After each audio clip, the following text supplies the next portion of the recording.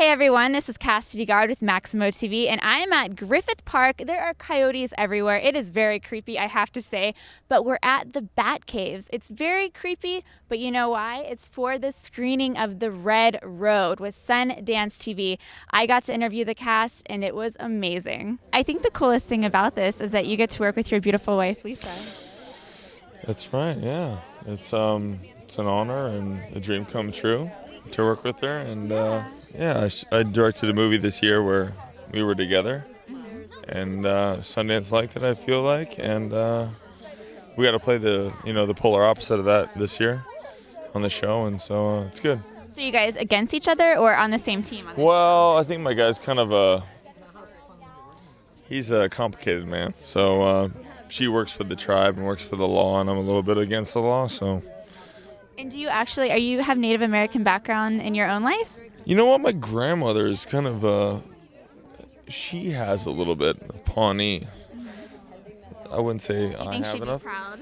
Yeah, but I mean, I'm actually half Hawaiian, which is, ultimately the same thing. It's just on an island. So, I mean, I'm, half Hawaiian. So, same tribe, just over the big lake. The twists and turns. I mean, when I was reading the scripts, they just constantly keep you guessing. And when you play a character and then the writers keep you confused and like they're constantly doing something that you couldn't fathom, it's always fun being surprised. I mean, I hate surprises, but I love being surprised. So it's kind of like I'm always punching Aaron Guzikowski because he's always surprising me. In this industry, in this business, families are kind of forced to be a part a lot. So when they offered the part, it was kind of a no-brainer.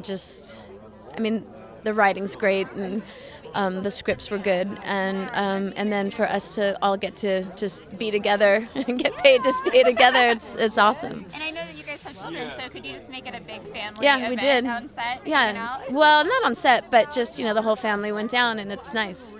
You had the downtime. Well, can you tell us a little bit about your character? My character, she's a lawyer, and she has a couple of interests. She's representing the tribe, and she's also, there's an incident in the show, and she represents the family in this certain case. And there's a little bit of a history with her and Jason's character, Copus, and they reconnect, and there's a potential for some, for something a spark to fly. We'll see what happens. I've been in New York the last couple of weeks, and I'm like looking at these two guys on the subway everywhere I go. Their posters are all over the place, so I'm excited. I love that it's introducing people to this this Native American community. Even though this is not a documentary, this is not their story, but just the idea that there are people out there who are living lives that we have no idea about. I play Jean Jensen, and she's the Harold's wife, and something happens in the first episode. She does something which then sort of sets off this whole sequence of events, and she's been hearing voices for the last 17 years, and she finally has to sort of confront her mental illness, and there's a lot going on. Lost loves, secrets, murder. I watch all your videos singing, and you're always blonde, but tonight you're auburn. I know. The Red Road, I gotta stick with the theme. No, but I dyed my hair for this role, actually. I'd never dyed my hair before this role, and I was a little scared, but it turned out to be really exciting, and I like it. Well, because I know Julianne and Annalise, they're redheads, so do you play a sister with them? Or? Yeah, so I play Annalise's older sister, Rachel. Did you step into the older sister roles and show her the ropes? Kinda. I'm the youngest in real life, so it was kind of interesting to play the older sister, kind of like take her under my wing a little. But Annalise is so brilliant and wise, I don't really need to show her anything. If anything, I'm learning more from her than she is from me. So I think it's a cool story that hasn't been told before, and it's a kind of new look at the cop drama.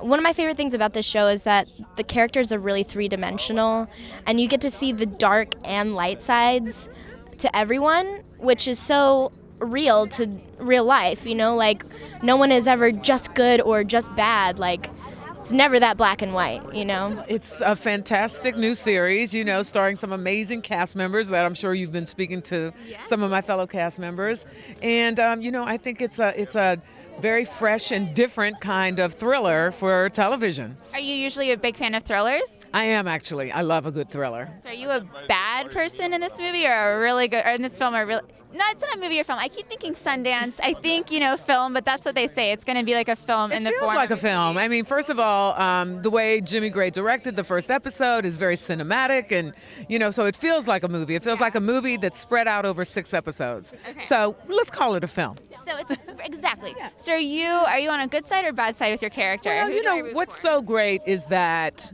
there are no all good people. There are no all bad people in this. And my character. I mean, when you see her, she's good. She's solid. She's kind of Mother Earth. She's the kind of the heart and soul of the project. But at the same time, she's made some mistakes, and they are coming back to haunt her. So it's good stuff. It's great to kind of get into the mix of it all and show that side of the world that people they don't usually see it. So it's good because I grew up like that too, in a mixed races, and living on the reservation. It was kind of hard because there was that turmoil between my family because we weren't full-blooded, and like all the people living on the res, they just kind of thought of us as like the white man. So, Really? Yeah.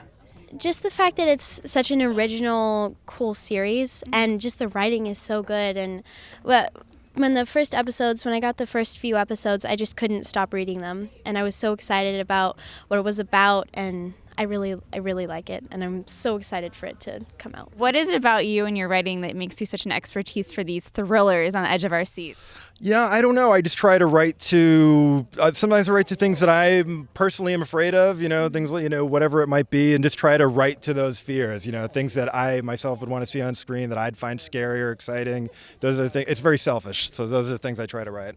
Well, since we have you, I'm so curious about the backstory of getting a married couple to play your leads. You have Lisa and Jason. Absolutely. No, you never know in cases like that, but they were both open to it, and they're just incredible actors. So and they were really great at seeing them on screen together. They had great charisma, obviously. So it was really nice. Is one bad, one's good, and is it opposite forces? You can never quite tell on this show. It's always kind of that's always the ongoing question: who's bad and who's good, and that definitely applies to both of them. I'm an actor, been an actor for a long time, so it's nice to have a job, and it's nice to be in a show that seems to have some class. They're good people, happy folks. And the Sundance people seem to be really quite interested in doing quality work, which is always nice. Thank you guys for watching the interviews. If you would like to check out The Red Road, you can see it February 27th on Sundance TV. I'm going to go inside this bat cave and watch it now.